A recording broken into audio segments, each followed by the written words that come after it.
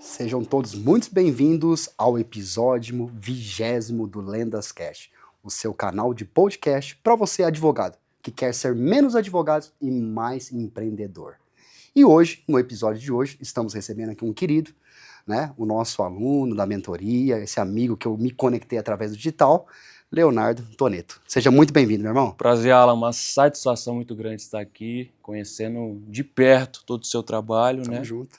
E é um prazer muito grande. Legal, meu irmão. Meu irmão, vamos lá. Eu conheci o Leonardo um pouquinho do Leonardo advogado, mas eu quero saber lá do início. A vida do Leonardo, se é casado, se tem filhos, a família, os projetos pessoais, primeiro emprego. Vamos voltar lá no passado, vamos lá. Conta um pouquinho da tua história no passado. Falar da gente é um pouco difícil, né? A gente prefere falar de outras pessoas que se olhar, mas esse exercício de olhar pra gente é um exercício também que faz a gente ver, de revisitar os nossos propósitos, né? De ver de onde a gente veio, onde a gente está, quais são os nossos planos futuros.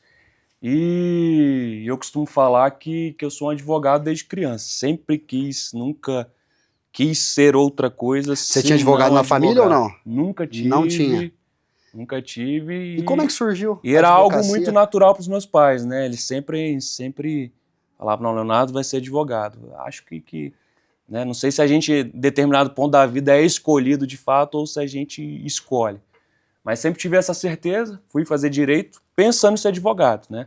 Eu lembro, sempre falo isso, no primeiro dia de aula, o professor entra na sala de aula, o que vocês querem ser? E aí 90%, né, da turma, concurso público, estabilidade, né? Os pais já entram com aquela ideia, né, pro seu próprio filho, não, meu filho, você vai entrar na faculdade de Direito, porque você vai construir uma carreira estável, você vai ter estabilidade.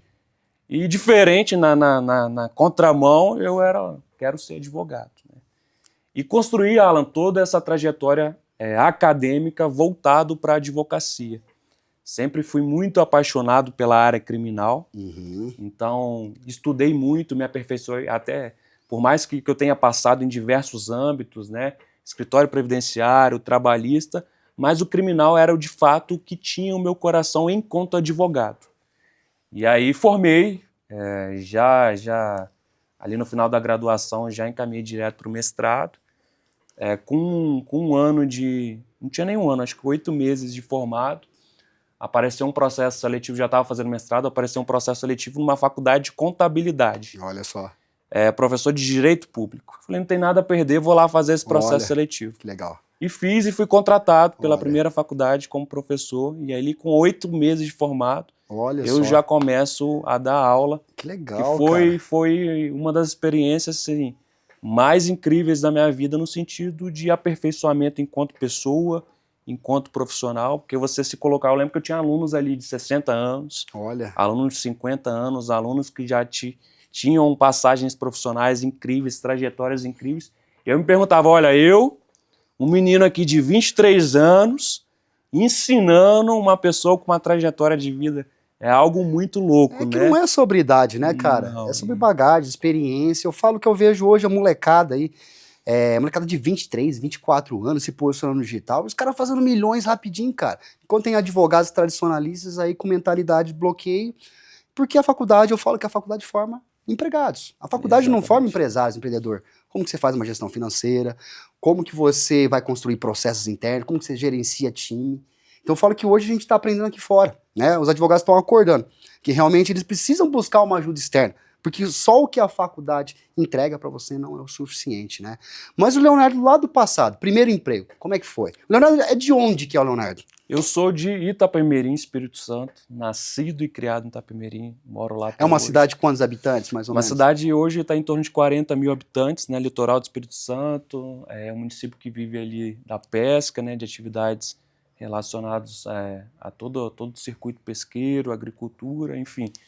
Né, percorri, já fiquei um tempo na capital do Espírito Santo, né, em virtude de atividades acadêmicas, mas sou de Itapemirim, nascido e criado em Itapemirim. E meu primeiro emprego foi enquanto criança, né? Vendedor. Olha Minha família, só. ela vem de um comércio de varejo, de picolé. Olha que legal. Né? E eu comecei ali com meu avô, desde muito cedo. Que legal. Meu avô sempre foi um vendedor nato e desenvolvendo atividade ali de venda, aprendendo com ele ali o valor, o valor do trabalho, da trajetória, do esforço, desde muito criança, né? Seus pais também eram empresários? Meus pais sempre, né, tocavam. Minha mãe é professora, meu pai ele tocou, né, toca até hoje a empresa, então desde muito pequeno ali. Você chegou a trabalhar com teu Meu pai hobby também? era nas férias, meus amigos iam para a praia, iam viajar, e eu ia trabalhar com meu avô. Era colado, eu e meu irmão, colados do meu avô, para entender a dinâmica. A gente gostava de acordar cedo, a fábrica enchia de vendedor, né, para pegar o carrinho, e a gente via os vendedores botando o carrinho ali, picolé. Então aquela construção, né, de venda, de estratégia, e de ver o negócio crescendo, sair de um negócio pequeno e ir se reformulando em produtos, né, isso tudo fez parte da minha trajetória. Eu acho que contribuiu muito para dois fatores, né, para um processo de venda, que na advocacia a gente vai descobrindo, né, que a gente precisa ser vendedor, e de um processo de amadurecimento muito grande enquanto pessoa, né? E vão dizer que o seu avô, então, foi seu primeiro mentor. Foi. Meu avô foi a grande referência, eu acho que em tudo na minha vida, enquanto pessoa, enquanto homem, enquanto família que eu quero formar, vivo enquanto ainda? profissional, não. Não é vivo mais? Já faleceu, mas certamente ali foi a pessoa a qual eu mais me inspiro. Deixou um legado, então, para você. Certeza, seu irmão também é advogado ou não? Meu irmão não, meu irmão é servidor público. Que legal, que seguiu para o outro lado. Seguiu para o outro lado. Legal. E que idade que você tem? Tenho 28 anos. Casado, idade, tem filhos? Alan, eu tô contando aqui no primeira mão, porque eu falo que eu entrei na sala de aula com 23 anos. E era uma dúvida constante dos alunos. Olha, quantos anos o Leonardo tem? Eu falei, vocês vão descobrir tudo, menos minha idade. Porque se eu falasse que eu tinha 23 anos ali, por mais que você desse uma melhor aula, sua credibilidade, né? Infelizmente, ser novo em ambiente de espaço que você vai alcançando, na maioria das vezes não é bem visto, né? E ser novo não é sinônimo de imaturidade, sim, né? Exatamente, é muito diferente. Só que aí as pessoas acabam confundindo, né? Mas tenho 28 anos e a gente tô aí, vai fazer 6 anos como advogado. Não, caminho, já tive sociedade, hoje caminho escritório de forma unilateral, a gente tem formado uma equipe de parceiros, né? De pessoas que possuem o mesmo propósito, que querem crescer juntos. Acho que isso que vale, além né? Eu quero crescer, mas eu quero que o meu time cresça comigo, né? Então isso é algo que eu deixo muito claro para eles lá.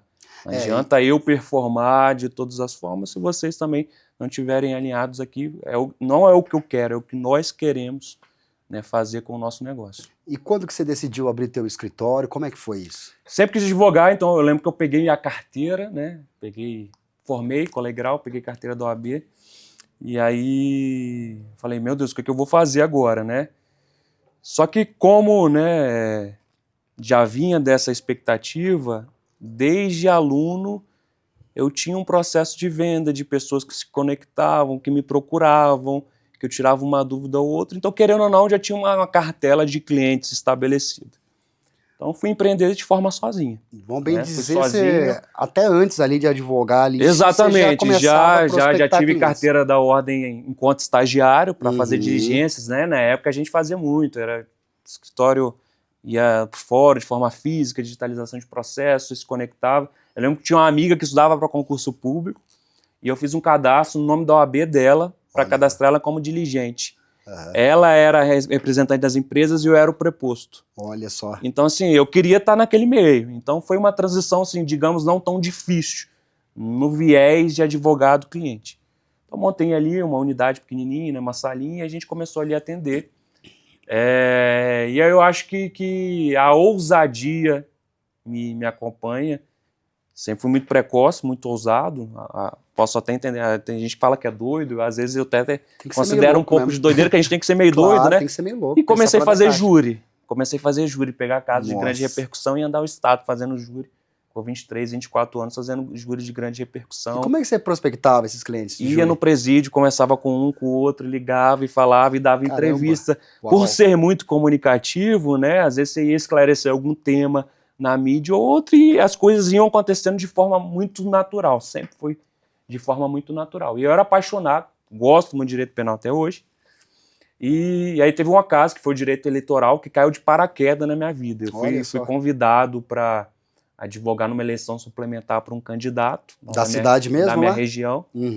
E não tinha nenhuma experiência no direito eleitoral. Só que ele falou comigo, quero você, e falei, vamos embora, vamos estudar. Legal. Não existe desafio aqui que a gente não consiga, né, se preparar para supor. E aí foi a primeira experiência de direito eleitoral, gostei, fui fazer especialização. E aí na eleição seguinte eu tinha um objetivo ali, vou prospectar 2 candidatos e vou fazer no máximo 2 municípios aí. Sim. Na última eleição municipal eu fiz 8 campanhas Olha, de forma, né, conjunta ali e ao mesmo tempo. que legal, Né? cara. Foi uma experiência assim que a gente alavancou o escritório de forma muito grande e foi uma experiência que eu pude tirar vários aprendizados. Legal. Aprendizados da advocacia que eu construí, mas principalmente da advocacia que eu quero construir. Foi o divisor de águas aí, eu acho que essas campanhas. E hoje, você mudou um pouco a mentalidade depois que a gente começou a caminhar junto, porque não é sobre o que a gente gosta, não é sobre o que eu sempre fui, mas é sobre o que dá dinheiro. A gente é empresário, né? Sem hipocrisia nenhuma, nós queremos dinheiro no bolso, é isso. E às vezes o que a gente gosta não é realmente o que vai te trazer o resultado, que vai te levar para o próximo nível, né? Exatamente, e aí foram um dos grandes dilemas da minha vida. Áreas que eu gostava muito, que eu gosto, na verdade, né, que era o criminal eleitoral, que me dava um certo retorno, tudo que eu construí na minha vida foi por meio Mas você não acha que, por exemplo, o direito criminal, pelo menos eu tenho essa impressão, né? Nunca advoguei no criminal, que o negócio depende de você. Que às vezes o cara parece que é um contrato personalista. Eu vou contratar o Leonardo. É o teto, você não vai né? poder delegar o seu júri A para uma gente tem um outra limite, pessoa. humanamente. E aí eu falo de mim, né? Eu era um cara solteiro, que não tenho filhos, que não tenho certas preocupações com outras pessoas. E assim, eu trabalhava 24 horas por dia. Esse era o tempo de dormir super mal, comer muito pouco. Eu estava vendo minha vida sendo desgastada, eu abrindo mão de muita coisa, de momentos com a família, por conta de áreas que não iam projetar mais do que aquilo que já estava construído. Né? Eu falei, olha, eu tenho 5 anos de carreira aqui e eu acho que se eu passar mais 10 anos aqui, eu não vou para um próximo nível continuando do jeito que eu tô. Eu falei, meu Deus, o que eu vou fazer agora, né? E aí a gente começa a quebrar a cabeça, vem aquela crise existencial, e aí começa a se confrontar, na verdade, o que eu tinha visto há alguns anos na faculdade, né? Fui professor do primeiro ao 10º período e pude experimentar na prática que a faculdade ela não prepara o aluno para advocacia, de forma alguma. Assim, nem minimamente, não prepara nem no sentido teórico, técnico, e muito menos no sentido prático de desenvolvimento, de empreendedorismo, enfim. Eu falo que a faculdade ela te forma com a parte técnica, mas ela não te ensina a ganhar dinheiro. Esse é o dilema. A faculdade não te ensina nada, Alan, nada, nem o básico assim de prospecção, de posicionamento, de mente de verdade. Para as pessoas, elas entram na advocacia, eu entrei na advocacia, pensando ser de uma forma e, na verdade, o mundo vai ensinar para a gente que é de outra forma, né? E aí é a diferença, muitos desistem, muitos querem ser advogados, né, e acabam desistindo por não, né, percorrerem os caminhos certos. E aí eu vi que eu precisava, né, além de advogado, ser empresário. Né? Eu comecei minha faculdade, eu lembro, tinha uma sala de 120 alunos, eu acho que terminou ali com, acho que não tinha nem 40 alunos, não terminou a faculdade. Desses 40, vamos falar que estão advogando, uns 6, 7. Exato. Eu mantenho contato com a mesma alguns proporção. Tem gente que virou Uber, tem gente que realmente não acredita na advocacia. Não acredita. Porque infelizmente a gente vê uma advocacia, e isso aí é uma coisa geral, né? Advogado ganhando R$1.500, R$2.000, cara. Isso aí é um negócio, assim, absurdo. Absurdo, porque essas pessoas não conhecem que existe um mercado aí que você pode ganhar aí 100 mil por ação, 80 mil reais por ação. Então, eu acho que falta muita informação para essas pessoas. Exatamente. Mas, graças a Deus, hoje os advogados estão acordando, estão buscando ajuda exterior, né? Porque só a faculdade realmente não é o suficiente, né? Até porque eu falo que é o jogo de comprar mão de obra. Você é um empresário, você vai comprar mão de obra. Por exemplo, a advocacia criminal. Eu vejo pelo menos meus amigos que são advogados criminais. Cara, praticamente é um contrato personalíssimo, ele não consegue escalar o negócio. E é você o tempo todo. É você o tempo todo, te consumindo. Tive com o Flávio Augusto na semana passada. O Flávio falou, cara, se o modelo de negócio, ele depende de você, não tem recorrência, não te gera escala, porque depende de você, não vai gerar escala, e não te gera margem, cara, nem entre no negócio. Então é isso que a gente tem que verificar. Em primeiro lugar, se realmente o cliente ele vai me gerar uma recorrência, né? Por exemplo, a Netflix te gera uma recorrência mensal, então ele precisa te gerar uma recorrência. A questão da escala, eu acho muito pouco provável, não sei escalar no criminal, Não, porque você compra a pessoa. Eu tenho grandes amigos, advogados conhecidos nacionalmente, né, que fizeram alguns júris, tudo, mas eu vejo que eles não querem contratar a equipe, né, querem contratar aquele advogado. É isso mesmo? Como é que Sim, funciona é na porque prática? o criminal, na verdade, né, a gente é uma área que a técnica, né, é muito persona, né, da Sim. pessoa, desenvolvimento de tese, né. Nós temos visto aí, inclusive, alguns casos de grande repercussão, que pouco se fala da tese a ser construída no caso, mas do profissional que está defendendo aquela pessoa, né? Pelo perfil do profissional, pela forma que o profissional lida com o processo. Então a gente vê desde antes que não é só a tese, é a pessoa. Eu lembro que eu fiz uma viagem depois das eleições, fiquei 15 dias fora, tirei umas férias, que eu cheguei em lugares que eu sempre sonhei ir e estar, e eu não conseguia parar, porque era um cliente que ligava, era uma resposta que eu precisava dar, era uma ligação que eu não adiantava pedir um funcionário para fazer, porque o cliente queria ouvir a minha voz. Eu falei, meu Deus, eu vou ficar aqui, então assim, eu não vou ter espaço para construir uma família, eu preciso mudar esse cenário. E aí foi algo que eu relutei muito, tá, Alan? A pensar como empresário. Para mim, apesar de ter frequentado alguns eventos, ter encontrado alguns ecossistemas, eu não tinha encontrado a chave ainda que me fizesse crer que era essa a virada de chave que eu precisava. Hoje você tem que vender a sua marca, o teu escritório, o Toneto Advogados e não o Leonardo. Se você vende o Leonardo, você fica preso na operação, você fica doente, você pode até ganhar grana, mas você vai ficar doente. Porque o negócio depende de você. Sim. Você é o gargalo do teu negócio. Esse que é o grande problema. Eu tinha esse problema também no passado. Quando eu abri o meu escritório, as pessoas queriam contratar o Alan Ronjoy, que o Alan Ronjoy fizesse essas peças. Eu falei, cara, isso aqui eu tava ficando doente. Cheguei a ter um burnout, Sim. chegava a responder A mais, gente não dá conta, não tem mais de jeito. 100 Não dá mensagens de conta. clientes por dia. Chega, porque eu não gosto de deixar ninguém no vácuo, meus clientes. Sim. Então, no final do dia, eu chegava em casa às 11 horas da noite. E às vezes não é e nem na ficava maldade, né? mandando Porque áudio, não dá conta mesmo. Eu entendi, cara, eu tinha braço, tinha pessoas no meu time. Então, o que eu entendi? Que eu precisava validar essas pessoas. Eu comecei o quê? Criar um posicionamento, trazendo o meu time, meus funcionários para gravarem conteúdo comigo. Então, isso realmente começou a soar, que eu falei, cara, eu tô montando um negócio, o negócio depende de mim, eu preciso validar e dar autoridade para essas pessoas. Eu vinha para um atendimento, que o cliente só queria conversar comigo, eu trazia um funcionário e eu provava para esse cliente que o meu funcionário era melhor tecnicamente que eu. Sim. Então eu não era a melhor opção. Por exemplo, tem um cliente que falou, não, eu quero que você faça audiência. Eu falei, tá bom, eu faço tua audiência. Isso lá em 2021, 2, não lembro agora.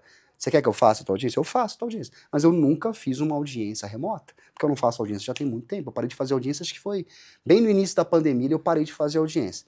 Eu tenho um funcionário aqui que ele faz audiências todos os dias, de 2 a 3 audiências, faz instrução todos os dias, taxa de aproveitamento de 90%. Às vezes melhor que a gente, né? De 90%. Então, é se desapegar um pouco de ego. Sim. Sei que o advogado tem muito disso também. Delegar, né? Abrir mão e contratar pessoas melhores. Abrir mão. E contratar pessoas melhores. Eu quero pessoas muito mais foda no meu time do que eu.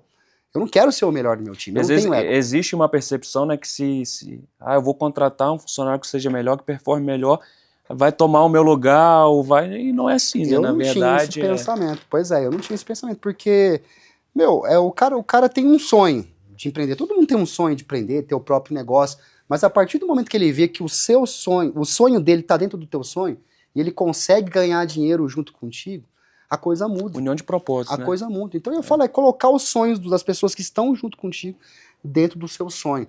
Né? Eu também já fui advogado associado, extremamente explorado. Então eu construí uma advocacia totalmente diferente do que eu queria. Né? Uma advocacia que eu poderia dar um percentual para o advogado, remunerar essas pessoas devidamente, para que eles realmente tivessem competência para poder sair e montar o próprio escritório, mas criei uma cultura tão forte ao ponto dessa pessoa poder sair, mas ela quer ficar. Ela quer ficar porque ela vê o meu projeto, que é tão grande que ela consegue ter um resultado muito maior comigo do que realmente correr risco no mercado. Pertencida, né? E correr risco no mercado. Porque é correr risco no mercado, né? Funcionários hoje que, né, eu fiz a venda do meu escritório, mas funcionários que lá estão no escritório hoje ganhando ali 50, 60, 70 mil reais. É uma questão de perfil também, né? A gente percebe que existem advogados que têm esse perfil mais de estar ali no operacional, né? De operar aquela situação, e outros advogados que têm um perfil mais de venda, de estar na rua, né? E aí eu descobri que é o que eu gosto, de estar na rua vendendo, conversando, se conectando, fazendo acontecer. Você não me coloca para fazer um prazo, eu não gosto. Eu necessariamente não gosto de ficar fazendo um recurso. Fazia alguns ali, pô, é um recurso de uma improcedência, um cliente importante. Porque eu achava, ninguém vai fazer esse recurso tão bem quanto eu. Mas daí eu comecei a parar. Na hora que eu tive esse burnout, eu falei, gente, eu preciso delegar. Preciso delegar. Então eu peguei um papel, escrevi delegável, parcialmente delegável e indelegável. E aí você começa a desenhar. Isso aqui eu posso delegar? Posso. Isso aqui eu posso? Posso também. Isso aqui eu posso? Não, isso aqui eu não posso. E aí na hora que você vê, você tem uma coluna com um monte de coisa que você pode delegar e você está fazendo esse papel. É o que eu falo. Se você está fazendo função de estagiário, você está fazendo peça, fazendo digitalização de documento, passando informação processual para o cliente, você está vendendo o seu mês por R$ 1.200. Exato. É o preço de uma bolsa de um estagiário hoje. Então é o jogo de comprar mão de obra. Eu não posso ficar perdendo tempo nisso aqui. Minha hora é muito cara. A nossa hora é muito cara. Você tem que ser o CEO e estrategista do teu negócio. E você entendeu isso aí. Você entendeu que é o jogo de comprar mão de obra. É quebrar essas métricas, né, que a gente é ensinado. Na verdade, a gente é ensinado a isso. Claro. A faculdade, além de ensinar mal, ensina errado. É verdade. E a gente cresce profissionalmente com esse vício. E aí as coisas mudaram quando eu comecei a me quebrar isso. E aí a procurar, na verdade, pessoas sobre as quais eu me identificava, né? Foi aí que eu consegui me conectar com você e ver que você entregava de forma muito clara esse resultado. De alguém que viveu esse processo, Sim. de alguém que construiu e que poderia ali servir de instrumento para ajudar alguém que estava nesse processo de transição, porque sozinho não adianta. Não adianta eu falar que Você vai chegar lá, pode chegar, mas vai demorar muito. Saindo de lá sozinho, por mais que eu tivesse uma construção, tivesse clientes, tivesse ali indicativos, poderia sentar, pensar e calcular métricas, eu precisava de alguém que me desse substância do que já viveu, da sua trajetória. E aí veio muito a calhar nesse momento, todo o seu ecossistema, toda a mentoria, que eu pude ver de forma prática ali o que eu estava errando e o que eu precisava lapidar para escalar, para ver a advocacia de fato, de uma vez por todas, como negócio. E você está comprando atalho, eu falo, porque você vai errar com os meus erros. Sim. Você vai errar com toda a experiência que eu tenho, tudo que eu fiz de errado. Você não vai. São 10 caminhos que eu percorri. Percorri 9 errados. Porque eu venho numa época que não existia mentoria. Não existia. Se eu tivesse um mentor, cara, eu já teria muito maior. Então eu falo que você compra atalho. Você está comprando um atalho. Você vai errar com os erros dos outros. O que não fazer. Não só o que fazer, mas principalmente o que não fazer. Isso Alan, que eu acho importante. E é o atalho, é a entrega certa para o seu problema. Eu vejo que é uma situação assim, por exemplo, você está com um cliente aqui agora. Como que eu vou fazer nessa situação? Eu acho que o principal diferencial do seu ecossistema é nisso. Eu estou com o cliente A nessa situação aqui agora, você vai fazer isso. Eu estou com o cliente B nessa situação, você vai fazer isso. A entrega certa no momento certo, da forma correta. De modo que a gente não tem tempo a perder perdendo o cliente. Então, toda essa ajuda, todo esse suporte vem da forma certa, de forma muito prática, né? Porque era meu grande receio entrar no ecossistema e acabar perdendo tempo com coisas que estivessem muito no mundo teórico e não tivesse no mundo prático. Ô, Léo, e fala uma coisa pra mim, cara. Você acha que as vendas é muito mais importante que a técnica? Muito mais. Não adianta a gente ter técnica, desenvolver... A técnica ela pode ser construída com todo mundo. Foi o que aconteceu de fato na minha vida. Por exemplo, o direito eleitoral. Não sabia nada de eleitoral em um determinado momento. A necessidade... Vamos vender, depois a gente vê que... Me fez, exatamente. Eu vendi, né? Eu estava ali com um contrato assinado com um candidato e eu precisava aprender a operação. Naquele momento foi eu que aprendi.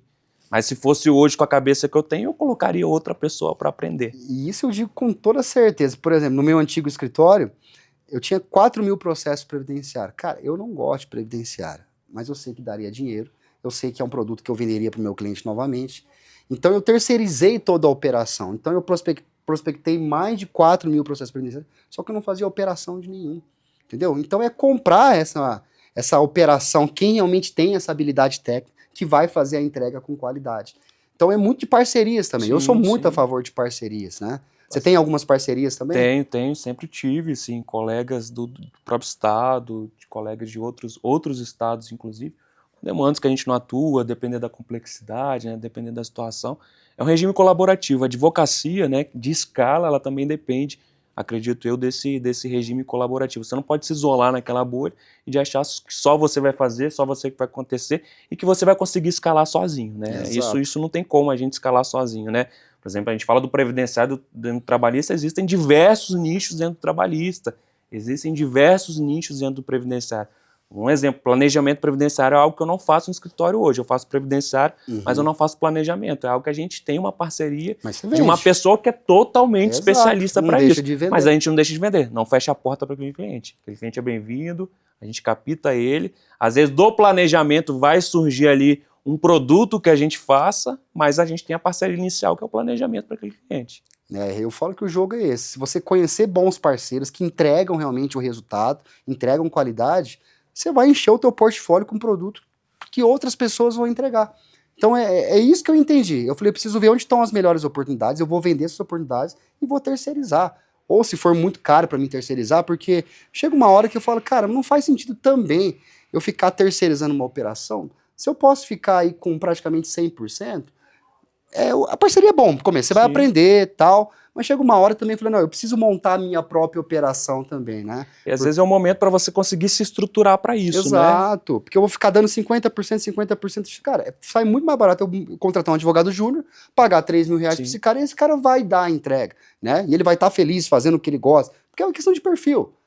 Tem gente que não tem estômago para empreender e tá tudo bem. O cara nasceu para ficar lá dentro do escritório, ele quer entregar a técnica, ele gosta de ficar lá e tá tudo bem. São perfis, né? Tem gente que não tem estômago para correr risco. Lógico. Porque é o jogo do risco. É o jogo de dar all-in, de contratar funcionário, saber se vai dar certo, se não vai dar.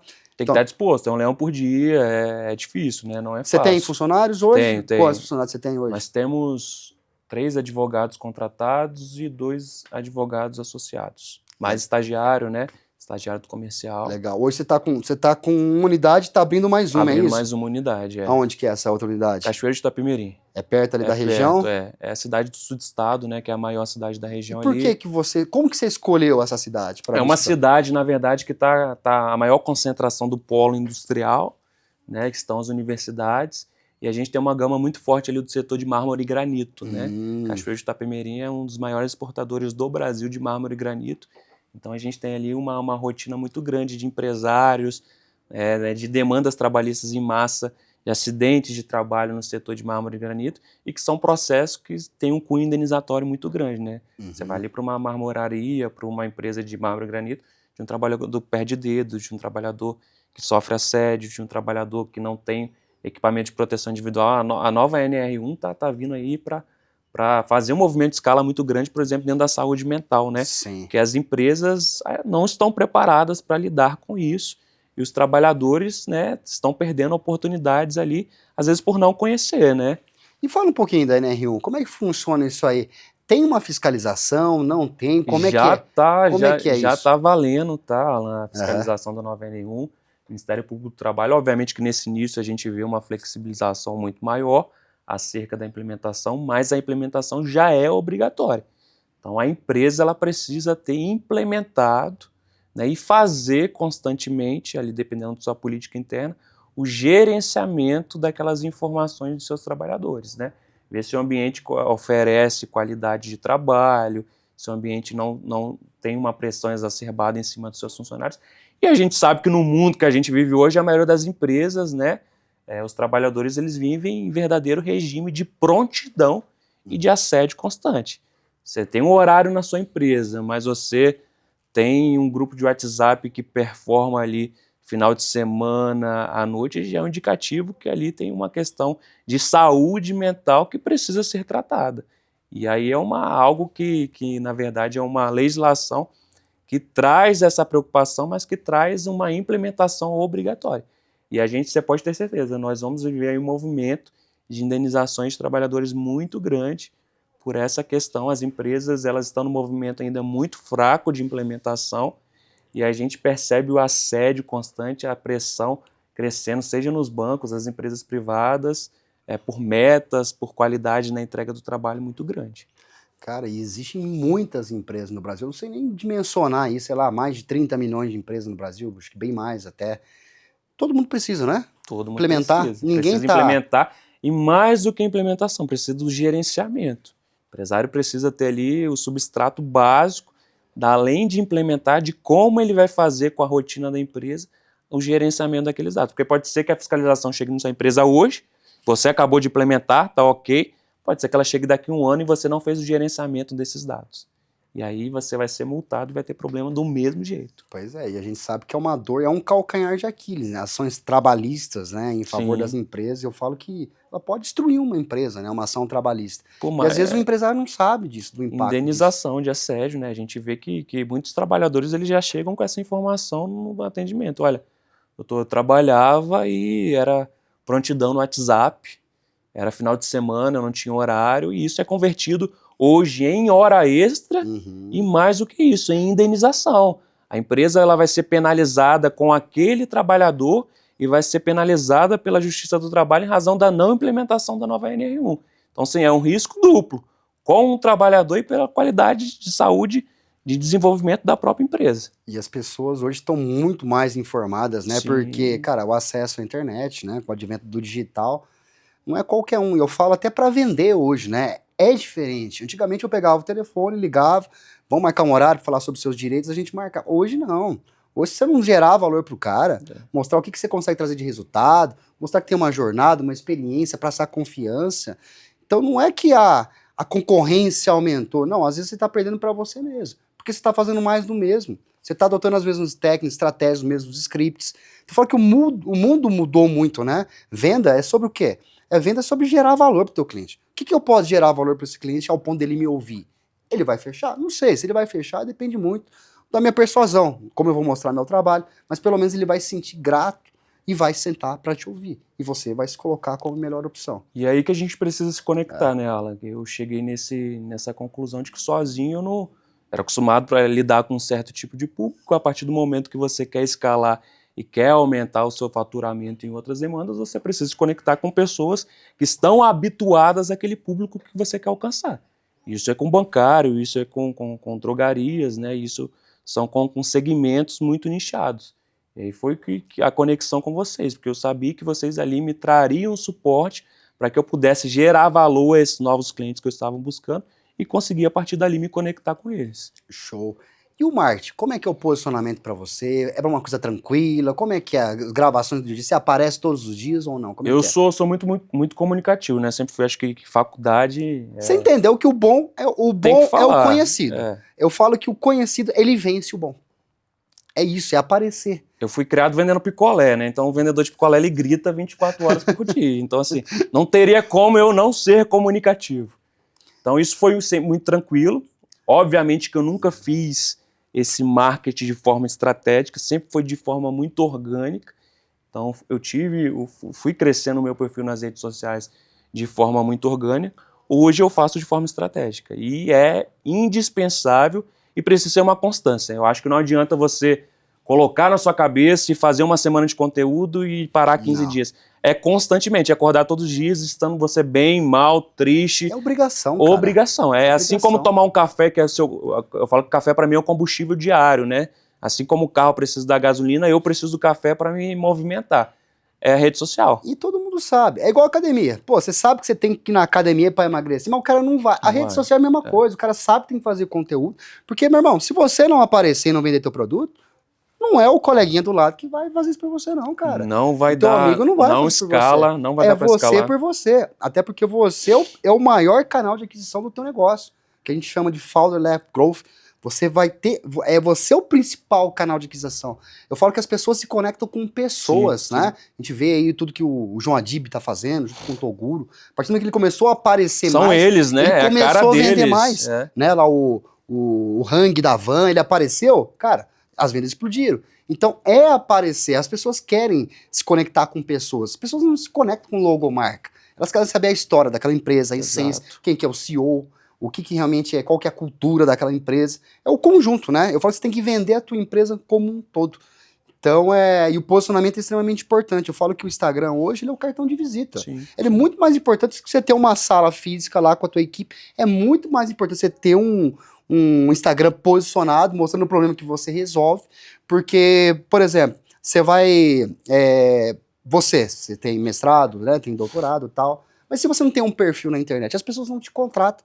E eu vejo pessoas aí com 100 mil seguidores e não tem especialização Ninguém vai lá no nenhuma. seu Lattes ver o que você fez, Exatamente, é pelo posicionamento. É o que você transmite, é o valor que você gera, o problema que você resolve, prova social. É todo um conjunto de estratégias, né? Que a gente precisa tá fazendo essa conexão aí para gerar valor para o nosso cliente e educar o nosso cliente em primeiro lugar. Educar o nosso cliente sem tentar vender nada, né? Ver o que eu posso gerar de valor, o que eu posso gerar de conhecimento para ele. Eu falo que o resultado não é imediato das redes sociais, Não, né? É toda uma construção. Você tem que pensar que é um tijolinho. Você fez um conteúdo, é um tijolinho lá que você está construindo, né? E às vezes nós não temos dimensão da proporção que isso o que a gente está entregando está alcançando as pessoas. Na semana passada eu fui procurado por 2 empresas assim de pessoas que eram ligadas a outros advogados, tinham até advogados na família e fizeram contato comigo. No primeiro momento eu achei até estranho, chamei eles para uma reunião, né? Fizemos uma reunião e aí no final de uma dessas reuniões eu perguntei, olha, né, mas o que diz? Você tem uma conexão ali com outros profissionais? Não esperava que você fizesse contato diretamente comigo. Aí a moça da empresa falou, ó, Leonardo, eu tô te vendo todo dia. Tô te vendo todo dia ali, em constância, você tá ali mostrando, você sempre tá falando de um assunto ou outro. Então, assim que me surgiu o problema, eu lembrei de você. Então, pode ser que o conteúdo que você esteja entregando agora não alcance ninguém naquele momento, mas ele vai servir de elo para um eventual problema da pessoa futura, para que ela se conecte a você. Então, a gente não tem dimensão do que a gente está plantando nele diariamente, consegue de fato alcançar isso. Assim, eu tenho certeza que é com muitas pessoas, né? Mas foi comigo, eu via seus conteúdos e falei, não, uma hora, e aí até que chegou o momento que eu falei, não, agora é a hora de procurar o Alan. Sabe o que é o problema? As pessoas se preocupam muito com aplauso. Curtida é aplauso. Curtida é aplauso. Cara, é se preocupar com o máximo de pessoas que o algoritmo está entregando. Quantas pessoas estão te vendo? Até porque as pessoas que compram meu produto, as pessoas não engajam no começo. Eu já percebi isso. Né? Você não ficava curtindo as minhas coisas. Eu falo, até quem curte muito, eu falo, cara, é um cara que tá puxando o saco. Sim. Então eu quero realmente aquele cara que esteja visualizando realmente, né? Então é entregar conteúdo, impactar o máximo de pessoas possíveis. Por exemplo, live. Live eu acho assim um puta de um funil hoje, para você atrair clientes. Você falar sobre um determinado tema, explicar a dor, a solução. Ah, mas eu faço uma live e tem lá 10 pessoas. Cara, não interessa. Toda live que eu faço, eu consigo fechar um contrato. Pode ser que a pessoa não te procure naquele momento, né? Mas ela vai se sentir despertada e vai lembrar de você. Mas, cara, tipo, 10 pessoas numa live. Olha como é difícil você, sei lá, montar um evento, colocar numa palestra 10 pessoas presencialmente. Você tem essa oportunidade hoje, através do digital, fazer lives. E eu falo que toda live... mas entrava lá minha mãe, minha namorada, não sei o quê. Cara, mas tem uma pessoa lá que tá me olhando. E que vai comprar. Se não for comprar agora, ela vai comprar daqui a pouco. Exato. Então é sobre mostrar. Eu falo que hoje não adianta só saber vender também, porque você tem que saber atrair. Como que eu atraio essa pessoa? E saber organizar informações, né? Saber colocar dentro de um CRM, para você fazer o follow-up, porque eu falo que a venda ela vai fechar no follow-up, ela não fecha na hora. E são termos muito engraçados, né? Eu conversava isso com alguns amigos advogados semanas atrás, tô fazendo follow-up, a pessoa, o que é isso? É uma nova lei, e assim, os advogados, eles não estão habituados a termos básicos que precisam para o gerenciamento, né, do serviço diário. E aí a gente vê quanto os advogados não estão preparados para as mudanças. Advogado, atendi o cara, mas pô, o cara sumiu, parou de me responder. Falei, tá, mas o que você gerou de valor para esse cara? Como é que você fez o follow-up? Eu perguntei se ele tinha decidido. Falei, cara, isso aí não é follow-up. Isso aí você tá pressionando o teu cliente para ele sair fora da tua base. Então é ver o que eu posso gerar de valor para esse cara. Que insight que eu posso dar, o que eu posso contribuir a mais para ele ter a certeza que eu sou o profissional que vai pegar na mão dele e vou caminhar junto com ele para buscar o resultado. Então eu falo que, por exemplo, nos Estados Unidos, eu ouvi do Flávio Augusto isso, diz que as empresas hoje, os times comerciais hoje, eles fazem pelo menos 28 follow-ups, olha só, 28. No Brasil é uma média de 12 follow-ups.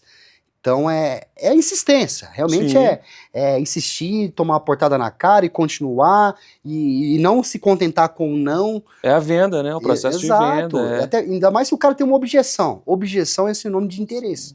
Se o cara não tem objeção, cara, ele vai te bloquear, ele, sei lá, alguma coisa. Agora, se ele pergunta alguma coisa, porque ele tem esse interesse, se ele tá realmente acompanhando o teu conteúdo, ele sabe, pô, esse cara vai me entregar, mas eu não sei se é a melhor opção, e você vai fazer o quê? Você vai quebrar isso. Pô, mostrar para ele no follow-up que você é a melhor decisão e que essa decisão precisa ser tomada com urgência.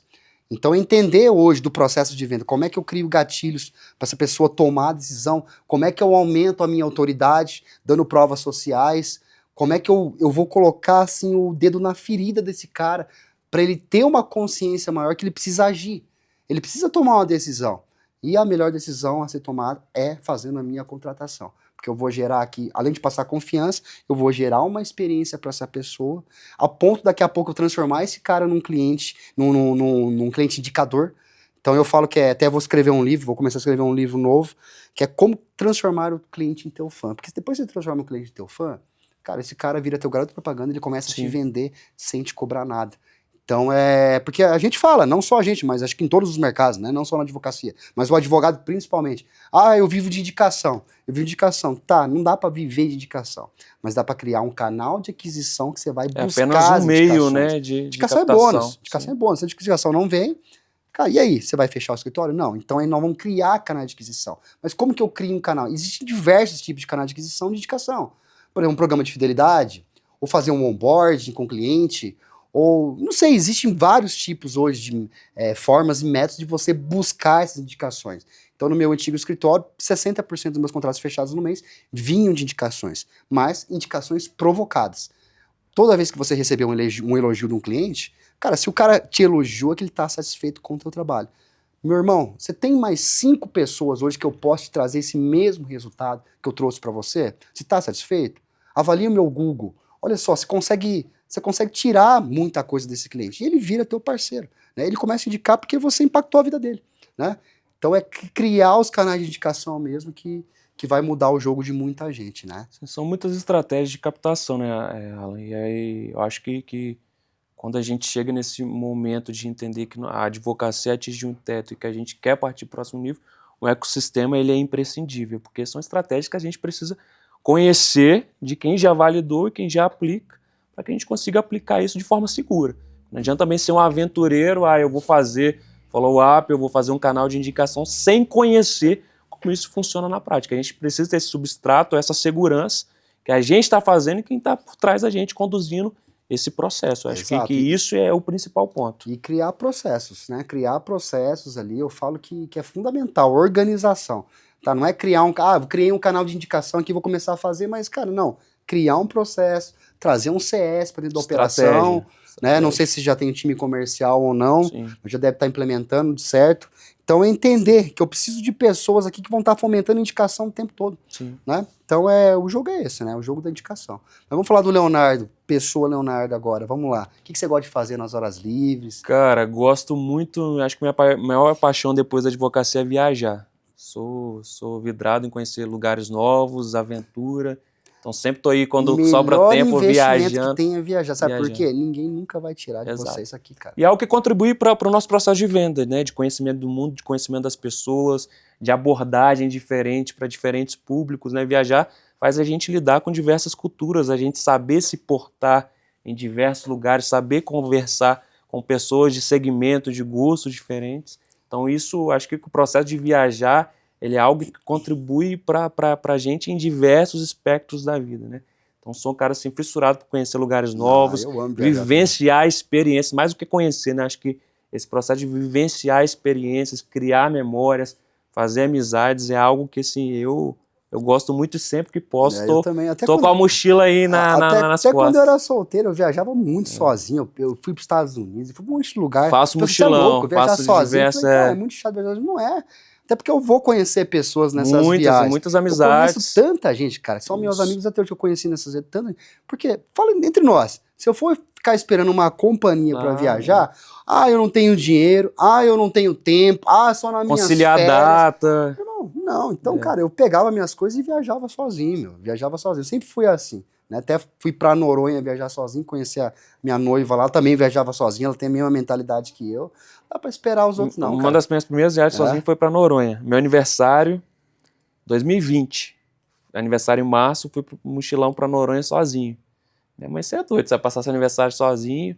E aí acabou que eu tive que voltar antes, que entrou a pandemia, né? O pessoal tem que sair da ilha. Nossa, mas foi assim, uma das viagens mais incríveis da minha vida, sozinho, conheci diversas pessoas bacanas e assim, é muito bom, porque são experiências que a gente tá fazendo agora, mas eu sei que, né, daqui a pouco também tem que dar mais uma acalmada, vem família, enfim, mas Você tem sonho de ter filhos? Sim. Legal. Tenho sonho de ter filhos e... Vamos entrar nos sonhos então, um sonho material e um não material.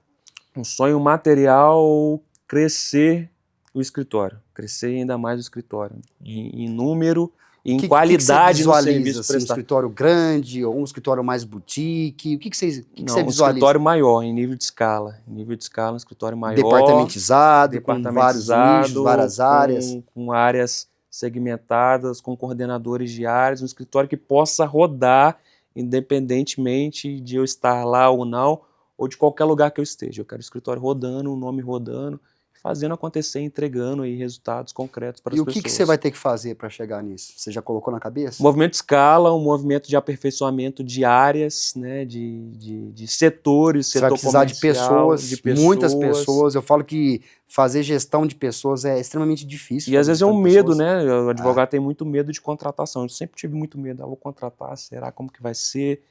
Contrato. Tá na dúvida, assim. Eu acho que as coisas começaram a acontecer na minha vida em movimento de escala quando eu comecei a contratar. Até porque se eu não contratar, você vai ficar É um doente, né? receio, E ninguém muito constrói grande. nada grande Às sozinho, vezes eu tem falo. advogado que não tem sequer um estagiário por medo, às vezes tem, né, tem uma condição. Esse foi o que você falou, tá vendendo sua hora para um salário de estagiário por mês. E aí você bota na ponta do lápis, você faz uma conta simples, você vê que não faz sentido. Um SDR é a mesma coisa, sabia? Hoje você acaba vendendo o teu trabalho, mas, cara, você tem que fazer audiência, você tem que gerir o teu escritório, você tem que fazer follow-up, você tem que... Cara, não tem como. Coloca um SDR, esse cara vai te custar R$2.500, você vai treinar esse cara para te trazer R$1 milhão. Sim, É possível isso. Um SDR hoje ele consegue fazer pelo menos 120 ligações por dia. Dessas 120 ligações, vamos supor que ele consiga marcar 10 atendimentos. Desses 10 atendimentos, vamos supor que ele consiga fechar um cliente. Um cliente por dia. Um cliente por dia, vezes 22 dias úteis, ticket médio de R$100 mil cada cliente desse, ele te traz um resultado de se 2 milhões e paga. 200. Às vezes o De 2 receio é milhões e de não 200. conseguir a conversão, mas se paga. Obviamente que não é mágica. Você vai ter que Sim. treinar esse cara, ter um período de rampagem, acompanhar, ligar junto, provar que o produto funciona, validar o produto, fazer daily diária, dar feedback. Não é fácil realmente, né? Porque o mercado hoje, eu percebo os advogados, todo mundo, advogados não, todo mundo, né? Todo mundo que é gente pronta, né? Gente pronta. Cara, esse cara não existe, tá?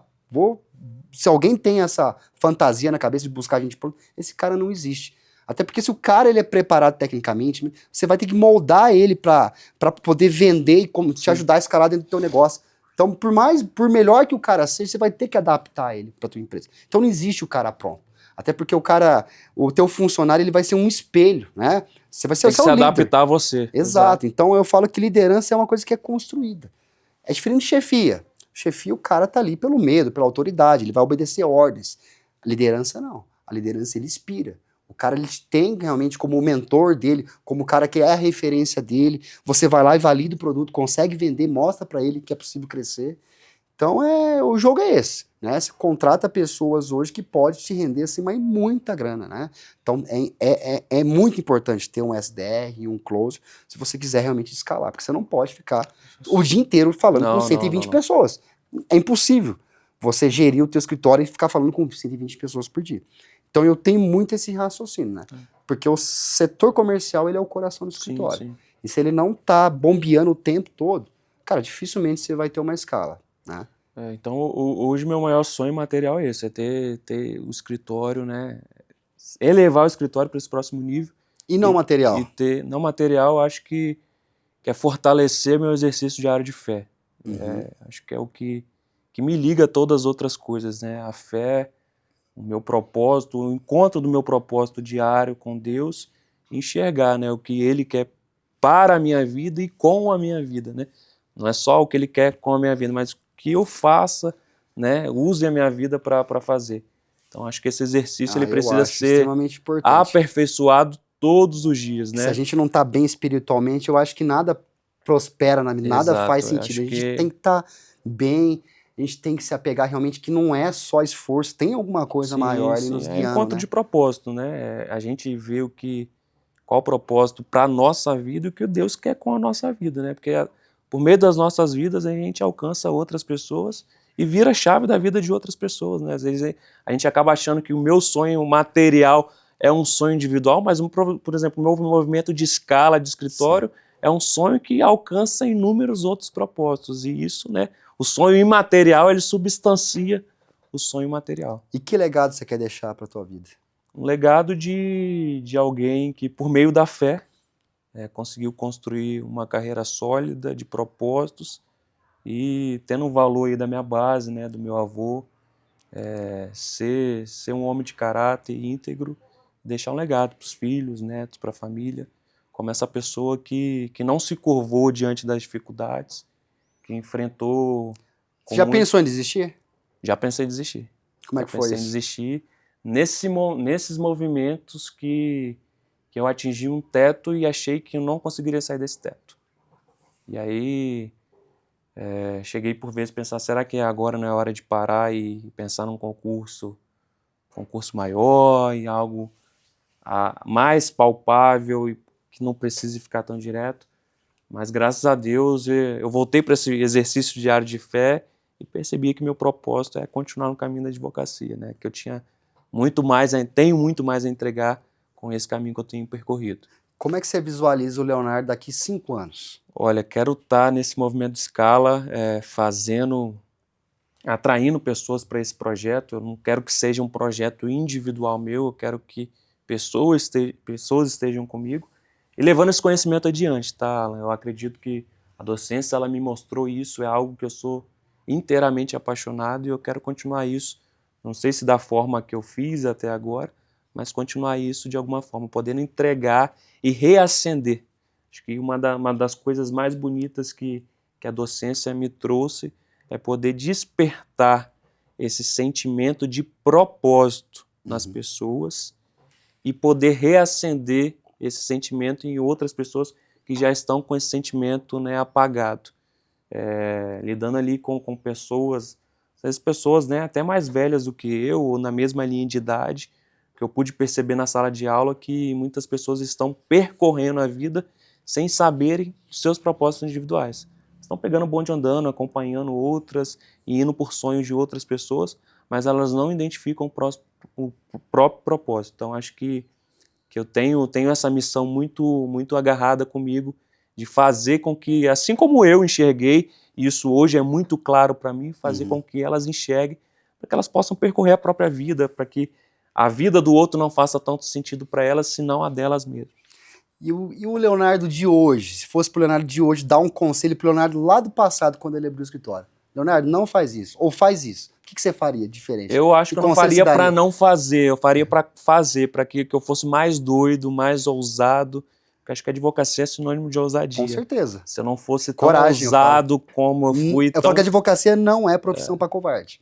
É coragem. de entrar numa sala de aula aos 23 anos, de pegar causas de grande repercussão, de enfrentar grandes advogados, grandes promotores de justiça, de encher o peito e colocar o cliente na mesa e fechar um contrato, todo mundo falando o contrário, que não daria certo. Eu acho que essa ousadia que eu seria ainda mais ousado para alcançar resultados ainda Eu maiores. falo que eu sempre me coloquei como grande. Mesmo lá no meu primeiro dia de trabalho, meus primeiros clientes, eles não sabiam que eles eram os primeiros clientes, mas, cara, sempre me coloquei como grande. Então isso, e visualizar também, visualizar onde que eu quero chegar e como que eu vou chegar. A gente precisa acreditar antes, né? Exato. Se a gente não acreditar, o cliente Se a não gente não acredita. acreditar em nós mesmos, quem que vai acreditar? Então é isso, é sobre isso.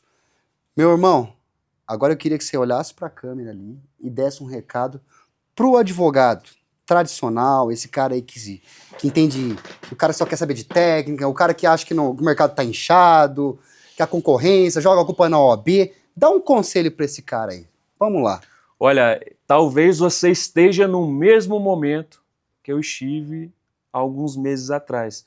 O momento que sua advocacia ela atingiu um teto, o momento que você já percorreu por talvez inúmeras áreas, realizou grandes feitos, realizou grandes conquistas, mas o seu próximo passo ele está travado por algo que a advocacia ela não pode se sustentar de forma sozinha, que você vai precisar aí de uma ajuda de terceiras pessoas para que você, com esse conhecimento, você consiga alcançar o próximo nível. Foi assim comigo, eu atingi o teto e eu vi que eu precisava de um ecossistema de pessoas que fariam me levar a esse outro nível, fariam me fazer entender que a advocacia ela precisava de performar muito além da advocacia, muito além da técnica, mas questões que estão ao entorno e que a gente precisa entender para se aperfeiçoar e para crescer.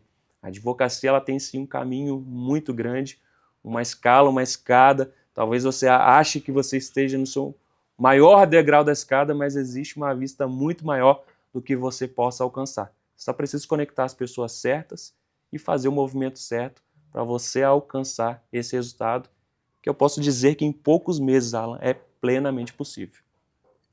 Meu irmão, satisfação, foi muito bom, cara. Gratidão. Nós vamos estreitar, nós vamos virar amigo. Eu falo, cara, eu falo que é muito mais fácil você fazer negócios, é muito mais difícil você fazer negócio com amigos. Sim. E eu falo que diante de negócio que a gente faz, vão surgir muitas novas amizades.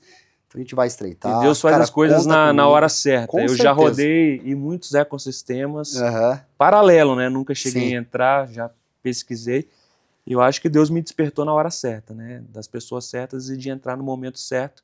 No momento que eu estava preparado também, mas no momento que as pessoas que estão aí ao seu redor conseguem se conectar aos propósitos que eu acredito. E eu tenho certeza, você vai explodir em pouquíssimo tempo, cara. Se Deus quiser. Porque você é muito executor. Você é muito parecido comigo, mas você executa. Nós vamos juntos. Eu falo que uma boa ideia, se não colocada em prática, não passa uma boa ideia. Quando você tem uma boa ideia, você já executa. Então eu falo que eu sou muito executor. Isso faz total diferença. Porque eu falo que o conhecimento lá na mentoria, eu tô passando para todo mundo. Sim. É o mesmo conhecimento. Agora, pegar, colocar em prática e executar, é isso que vai realmente te transformar num case de sucesso. Eu tenho certeza aí. Você vai estar fazendo milhões por mês aí. Com sua ajuda não vai aí, demorar. Eu não tenho dúvidas disso. Tamo junto, meu irmão. Satisfação, viu? Obrigado, viu? Valeu. Muito obrigado. Até o próximo episódio.